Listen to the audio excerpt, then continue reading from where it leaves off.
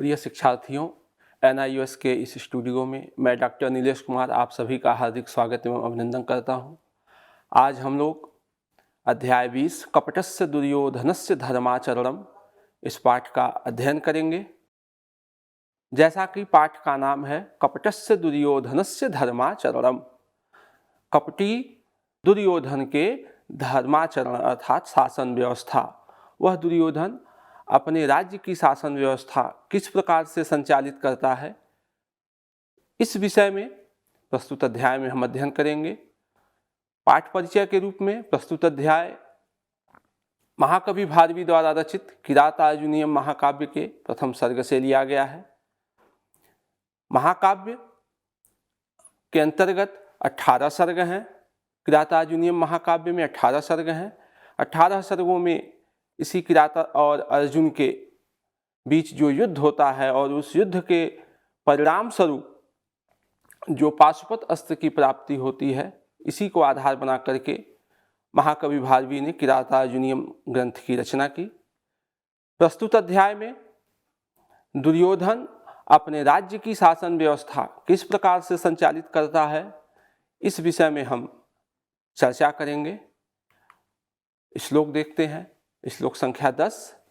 सखी निव प्रीति युजो निजीविनः समानमानान् सुहृदश्च बन्धुभिः ससन्ततं दर्शयते गतस्मयः कृताधिपत्यामिव साधु बन्धुताम्।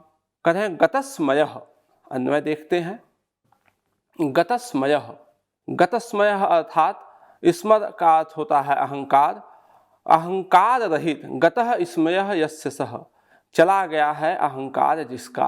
अहंकार से रहित स अर्थात दुर्योधन, अहंकार से रहित सह माने वह दुर्योधन, संततम सदा साधु अनुजीविनः, सदा साधु भाव से निष्कपट भाव से अनुजीविनः, अनुजीविनः अर्थात सेवकों के साथ, सेवकों के प्रति सखी निव प्रीति युजः, सेवकों को प्रीति प्रेमी मित्रों की भांति, सखीन इव, सखी कहते हैं, सखा कहते हैं मित्र को, मित्र की भांति प्रीति युजः प्रेम करने वाला है।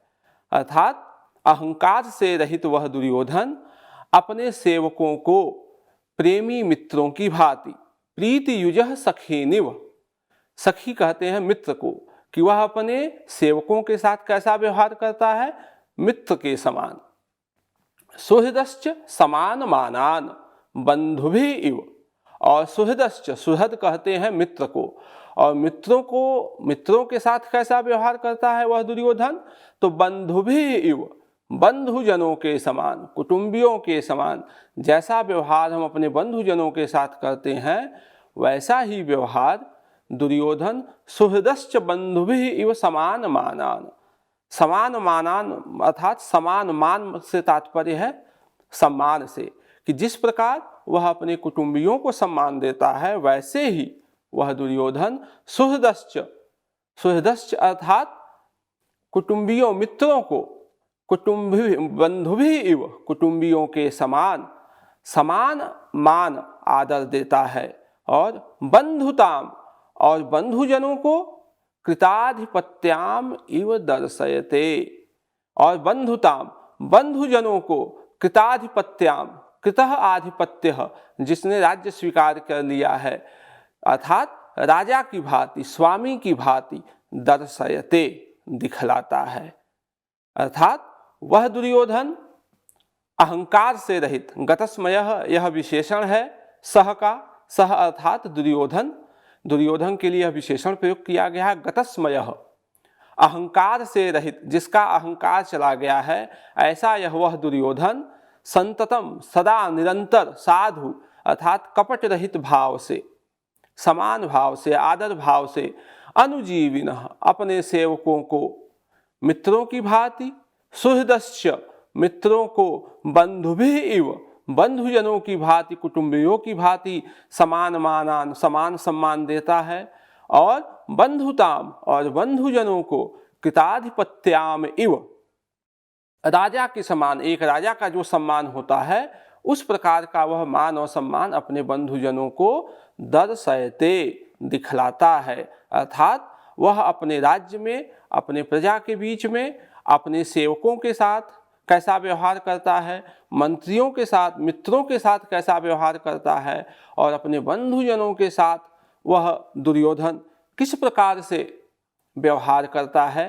प्रस्तुत श्लोक में इसी बात पर वनेचर युधिष्ठिर को सूचना देता है, सूचित करता है कि वह दुर्योधन अपने राज्य में किस प्रकार से कार्य कर रहा है। पुनः एक बार अन्वय को देख लेते हैं। गतस्मयः, अहंकार रहित वह दुर्योधन सदा सेवकों को प्रेमी मित्रों की भांति, मित्रों को कुटुंबियों की भांति आदर युक्त, और कुटुंबियों को बंधुजनों की भांति, अर्थात बंधुजनों को कृताधिपत्याम इव स्वामी की भांति दर्शयते, समाज में प्रजा के लोगों के बीच दिखलाता है। अब श्लोक आधारित व्याकरण को देखते हैं। गतस्मयः, यह शब्द है गतः स्मयः यस्य सः, बहुव्रीहि समास है इसमें। जा चुका है स्मः अर्थात अहंकार जिसका, अर्थात यह विशेषण सह अर्थात दुर्योधन के लिए प्रयुक्त किया गया है, जिसका अहंकार जा चुका है। प्रीति युजः, प्रीति युजः अर्थात प्रेमी की भांति। प्रीत्याह युज्यन्ते ये तान प्रीति युजाः, प्रीति युजः इसका यह व्युत्पत्ति है। आगे देखते हैं। समान मानान, समानः मानः येषाम ते समान मानाः, समान है मान जिसका, मान से तात्पर्य है सम्मान, समान समान मानान से तात्पर्य है जिसका अभिमान, जिसके सम्मान को बिना ठेस पहुँचाए एक समान उसको सम्मान दे। तो समानः मानः येषाम ते समान मानाः। सुहृदश्च, इसका संधिविच्छेद है सुहृदः धन च सुहृदश्च। अब आगे के श्लोक को देखते हैं। श्लोक संख्या 11। असक्तमाराधयतो यथा यथम विभज्य भक्त्या समपक्षपातया गुणानुरागादिव सख्यमीयुवान् न बाधते स्य त्रिगणः परस्परम। प्रस्तुत श्लोक में महाकवि भारवी ने दुर्योधन के कार्यशैली को बतलाया है कि कैसे वह दुर्योधन अपने कार्यों को समान भागों में विभाजित करके कार्य करता है, जैसे जिससे उसके त्रिगण जो पुरुषार्थ चतुष्टय होते हैं, धर्म अर्थ काम और मोक्ष, मोक्ष की यहाँ कल्पना नहीं है, यहाँ त्रिगण से तात्पर्य है धर्म अर्थ और काम, कि समय को समान रूप से विभाजित करके वह दुर्योधन अपना कार्य ऐसे करता है कि तीनों पुरुषार्थ आपस में विरोध नहीं पैदा करते हैं। वो तीनों पुरुषार्थ सख्यम ईवान, सखा भाव को प्राप्त करके उस दुर्योधन के राज्य की वृद्धि करते हैं। इसके अन्वय को देखते हैं। यथा यथम विभज्य, यथा यथम अर्थात यथोचित, यथोचित विभाग करके, किसका विभाग करके? कार्यों का विभाग करके। वह दुर्योधन यथा यथम विभज्य, यथोचित रूप से अपने कार्यों का विभज्य विभाजन करके समपक्षपातया, समान पक्षपात युक्त, समपक्षपात अर्थात प्रत्येक कार्य के लिए एक समान समय देना, किसी के लिए कम और किसी के लिए ज़्यादा नहीं, अपितु समपक्षपातया, समान पक्षपात युक्त, भक्त्या भक्तिपूर्वक अर्थात भाव से, असक्तम आलस्य रहित, बिना आलस्य के अनासक्त रूप से, आराधयतः अर्थात सेवन करते हुए, अर्थात वह दुर्योधन अपने कार्यों को उचित रूप से समान पक्षपात पूर्वक विभाजित करके भक्ति पूर्वक बिना किसी अनासक्त भाव के, अनासक्त रूप से आराधयतः उसकी आराधना करते हुए, सेवन करते हुए, अस्य त्रिगुणः, अस्य अर्थात अस्य दुर्योधनस्य, यहाँ अस्य सर्वनाम पद दुर्योधन के लिए प्रयुक्त है। अस्य दुर्योधनस्य, इस दुर्योधन के त्रिगुणः, त्रिगुण से तात्पर्य है कि धर्म अर्थ और काम, ये पुरुषार्थ, तीन पुरुषार्थ जो हैं तीनों एक दूसरे के पूरक है। अर्थात वह दुर्योधन अपने धर्म, धार्मिक जो कार्य है उसके प्रति भी वह समान समय देता है, अर्थ, अर्थ से तात्पर्य है राज्य की अर्थ की वृद्धि कैसे हुए, राज्य को धन की प्राप्ति कैसे हो, उसके लिए भी वह प्रयास करता है। और काम, जिसका जो कि पुरुषार्थ चतुष्टय का मूल है, उस पर भी समान समय देता है। तो अस्य त्रिगुणः, अस्य अस्य दुर्योधनस्य त्रिगुणः, तीनों गुण, इसके गुणों के गुणानुरागात, गुणों के अनुराग से, इस दुर्योधन के पुरुषार्थ गुणों के प्रेम से, अनुराग से, सख्यम ईजीवान, मित्रता को प्राप्त हुए, सख्यम अर्थात सखा भाव को, ईजीवान इव, मित्र की भांति प्राप्त हुए, परस्परम न बाधते, इस दुर्योधन को एक दूसरे को परस्पर न बाधते, बाधित नहीं करते हैं, अर्थात व्यवधान नहीं डालते हैं। वह दुर्योधन अपने कार्यों को इस प्रकार से बांट करके रखा था, विभाजन करके रखा था कि उसके त्रिगुण धर्म अर्थ काम परस्पर एक दूसरे का विरोध नहीं करते हैं, अपितु सखा भाव की तरह उसके गुणों में वृद्धि करते हैं, उसके कार्यों में वृद्धि करते हैं, उसके राज्य के श्री में वृद्धि करते हैं। अब इसके इस श्लोक में जो व्याकरण है, व्याकरण को देखते हैं। समपक्षपातयाः, समः पक्षपातो यस्याम, समान रूप से पक्षपात किया गया है, तया उसके द्वारा, अर्थात उस दुर्योधन के द्वारा अपने कार्यों को समान भाव रूप से विभाजित किया गया है। तो समः पक्षपातो यस्याम तया समपक्षपातया। असक्तम, सक्त कहते हैं जो थक गया हो, जो समर्थ नहीं हो, या जो आलस्य के रूप में हो। असक्तम न सक्तः इति असक्तः, नए तत्पुरुष समास है इसमें। त्रिगणः, त्रयाणाम गणः त्रिगणः, त्रिगणः से तात्पर्य है कि धर्म अर्थ और काम, पुरुषार्थ चतुष्टय के ये प्रारंभिक तीन जो है यह महत्वपूर्ण है। गुणानुरागादिव, इसका संधिविच्छेद है गुणानुरागात धन इव गुणानुरागादिव। आगे है बाधतेस्य, बाधते धन अस्य बाधतेस्य, यह प्रस्तुत श्लोक का व्याकरण है। जो मूल भाव इस श्लोक का है वो ये है कि वह दुर्योधन अपने कार्यों को समान रूप से विभाजित करके अपने कार्यों को करता है। वह धर्म के प्रति भी उतना ही समय देता है जितना वह अर्थ, राज्य के अर्थ की वृद्धि के लिए समय दे रहा है, उतना ही समय वह काम के लिए भी दे रहा है, धर्म अर्थ और काम। उसके ये तीनों गुण आपस में विरोध नहीं करते हैं, अपितु परस्पर सखा भाव में इस प्रकार से आगे बढ़ते हैं बिना विरोध किए, जिससे मानो उसके राज्य की श्रीवृद्धि हो रहा है। अगले श्लोक की तरफ बढ़ते हैं। अगला श्लोक है श्लोक संख्या 12। निरत्ययं सामन दानवर्जितं न भूरि दानं विरहय्य सत्क्रियां प्रवर्तते तस्य विशेषशालिनी गुणानुरोधे न विना न सत्क्रिया। प्रस्तुत श्लोक का अन्वय देखते हैं। कह रहे हैं तस्य, तस्य अर्थात तस्य दुर्योधनस्य, उस दुर्योधन का निरत्ययम साम। प्रस्तुत श्लोक में जो जिस संदर्भ में ये श्लोक है वो ये है कि वह दुर्योधन अपने सेवकों को साम और दाम के माध्यम से, अपने अनुचरों को वह किस प्रकार उनके प्रशंसा करता है, किस प्रकार उनका सत्कार करता है, किस प्रकार से उनके गुणों को परख कर उनको पुरस्कार देता है, इस संदर्भ में इस श्लोक में चर्चा है। तो कह रहे हैं तस्य निरत्ययम, तस्य अर्थात उस दुर्योधन का, निरत्ययम, निरत्ययम अर्थात निर्गतः अत्ययः, जिसके बाधा रहित, निर्बाध, जहाँ बाधा का अभाव हो, उस दुर्योधन का निर्बाध साम, साम अर्थात मधुर वचन, दान वर्जितम न प्रवर्तते, अर्थात वह दुर्योधन अपने सेवकों को केवल मधुर वचन से ही नहीं पुरस्कृत करता था, अपितु उसका मधुर वचन दान वर्जितम न प्रवर्तते, दान से रहित नहीं होता है।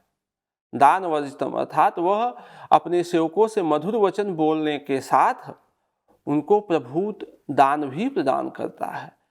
साम दान वर्जितम न प्रवर्तते, उसका साम से तात्पर्य है मधुर वचन। तस्य दुर्योधनस्य, उस दुर्योधन का बाधा रहित निर्बाध मधुर वचन दान वर्जितम न प्रवर्तते, दान से रहित नहीं होता है।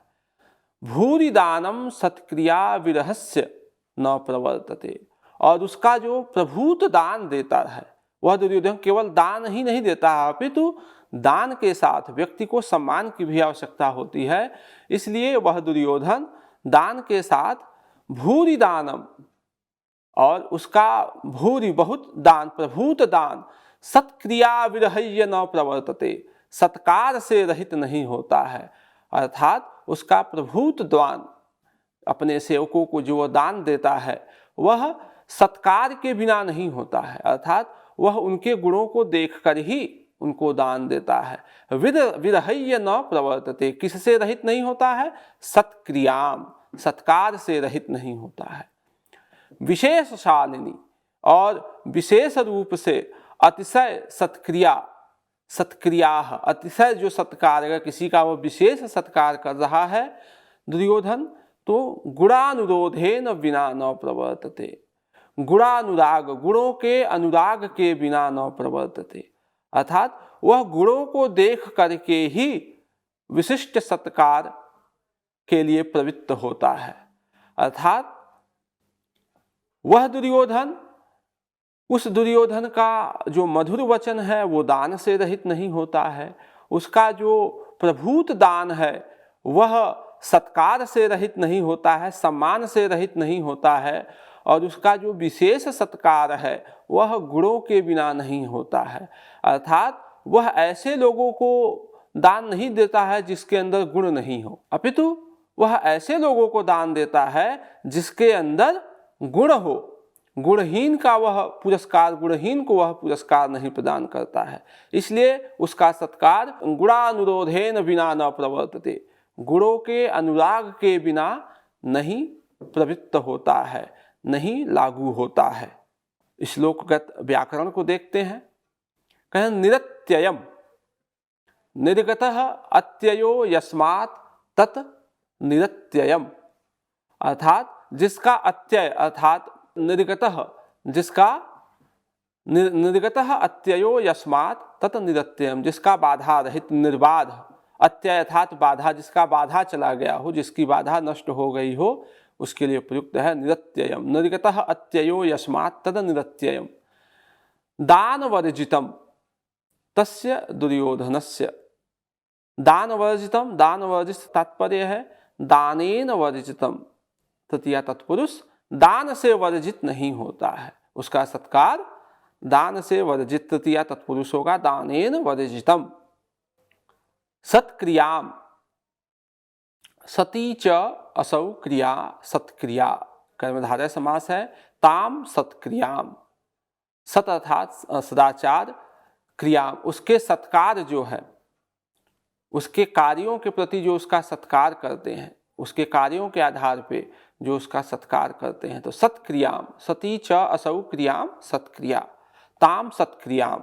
गुणानुरोधेन, गुणानाम अनुरोधः, गुणानुरोधः तेन गुणानुरोधेन, गुणानाम अनुरोधः में षष्ठी तत्पुरुष होगा, गुणानाम अनुरोधः या गुणेषु अनुरोधः, अनुरोधः तेन गुणानुरोधेन। प्रवर्तते, प्रउपसर्ग पूर्वक वृत्त धातु में लट रूप में प्रवर्तते यह रूप बनता है। इस श्लोक का जो मूल भाव है वह ये है कि वह दुर्योधन जो साम दाम दंड, अपने उपाय चतुष्टय जिसको कहते हैं, उन चारों उपायों के द्वारा अपने सेवकों को वह प्रभूत सत्कार करता है, उनको दान देता है। उसका दान गुणों के बिना नहीं होता है, अर्थात गुणों को देख कर ही वह दुर्योधन अपने राज्य के कर्मचारियों को, सेवकों को वह पुरस्कार प्रदान करता है। अगले श्लोक की तरफ चलते हैं। अगला श्लोक है श्लोक संख्या 13। वसूनिवांछन्नवसीन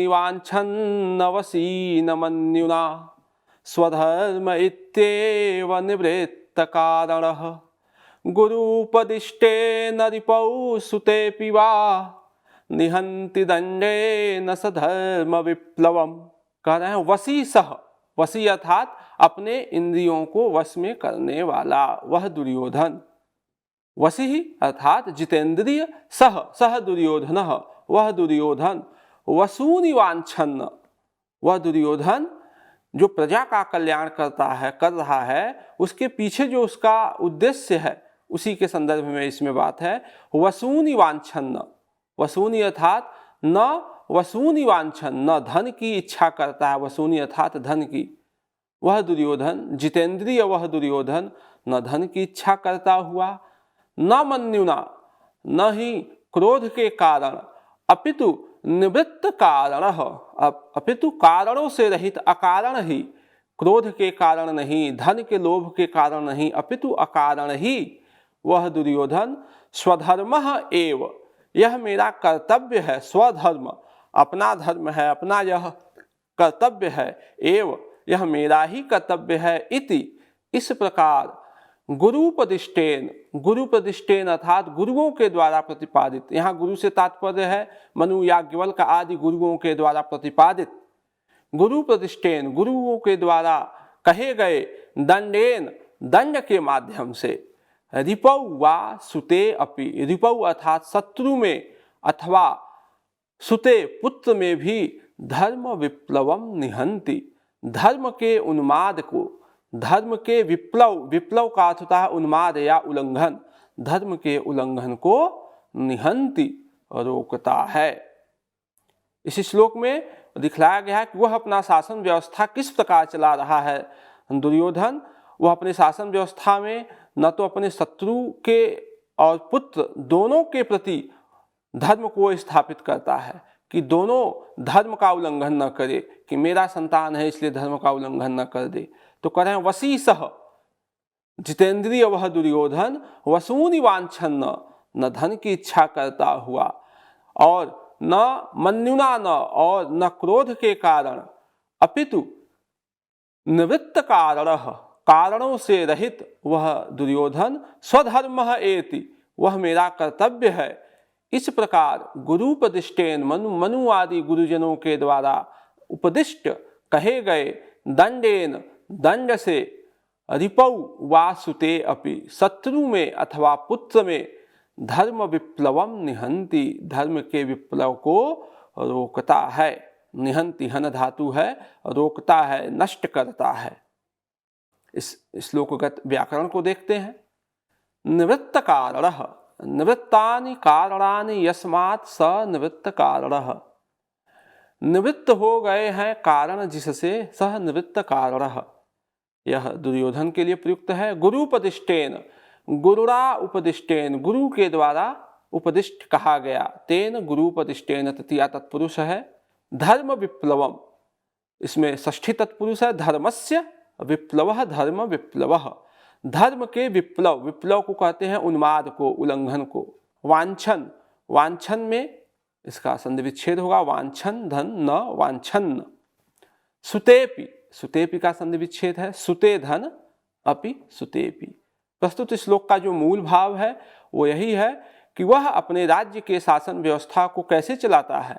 दुर्योधन गुरुओं के द्वारा, जो हमारे मनु आदि स्मृतिकारों ने जो उपदेश किया है, राजा का जो कर्तव्य है, राजा के कर्तव्य का वह पालन करता है, राजा को कैसा कर्तव्य करना चाहिए वही गुरु के उपदेशों को वह पालन करता है।